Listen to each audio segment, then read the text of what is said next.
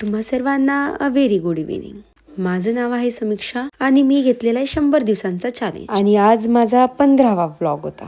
So video बनवता बनवता कधीही कळालं नाही एवढा छान रिस्पॉन्स मला मिळेल. तर आज अचानक माझ्यासोबत काय घडले त्यासाठी हा व्लॉग तुम्हाला कंटिन्यू करावा लागेल. तो चलिए शुरू करते हैं. सायंकाळचे वाजले होते 6:30 आणि 6:30 म्हणजे कामाला पण सुरुवात. भांडी वगैरे पुसून घेतली आणि लगेचच मी स्वयंपाकाकडे गेले. आणि बायांनी कितीही काहीही मनात आणलं तरी सुद्धा आपल्याला स्वयंपाक करावाच लागतो. युजली सर्व लेडीज पहिले भाज्या वगैरे करून घेतात, त्यानंतर चपात्या टाकतात. पण ते मला आवडत कारण चपात्या बनवायला मला खूप वेळ, म्हणून अगोदर मी चपात्या करते त्यानंतर मी भाजी करते. सो इथे माझ्या चपात्या झालेल्या होत्या, मस्त त्याला डब्यामध्ये ठेवून दिले आणि लगेचच मी भांडी घासून घेतली. मी आज भाजीला बेसन बनवायचं होतं. बेसन म्हणजे यार फिलिंग येत, कारण सर्वात आवडती गोष्ट आहे माझी बेसन. मला कधीही द्या, दिवसा द्या, रात्री द्या, मी खायला तयार असते. पण माझी आई बनवते ती वेगळीच चव असते यार, काय सांगावं तुम्हाला. माझ्या लग्नाला 8 महिने झाले. त्या 8 महिन्यात मी एकदाही बेसन खाल्लं नाही. माझ्या सासरी जेव्हा पण मी माझ्या माहेरी जाते तेव्हा मी बेसनच म्हणते आणि माझी आई, मी येणार असते म्हणून आई सुद्धा बेसनच बनवते. 8 महिने झाले माझ्या लग्नाला, पण मी खूप वेळा ट्राय केले. असं नाही की मी ट्राय करत नाही.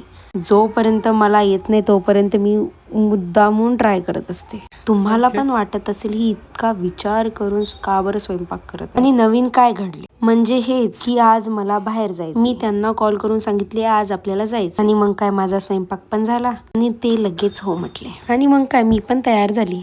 तो चलिए शुरू करते हैं. आणि निघता निघता आरू माझ्या मागे लागली की समू काकी मला पण यायचे. त्यासाठी ही एकटी इतकी रडली घरी. आणि थंडी असल्यामुळे तिला नेता येत नाही.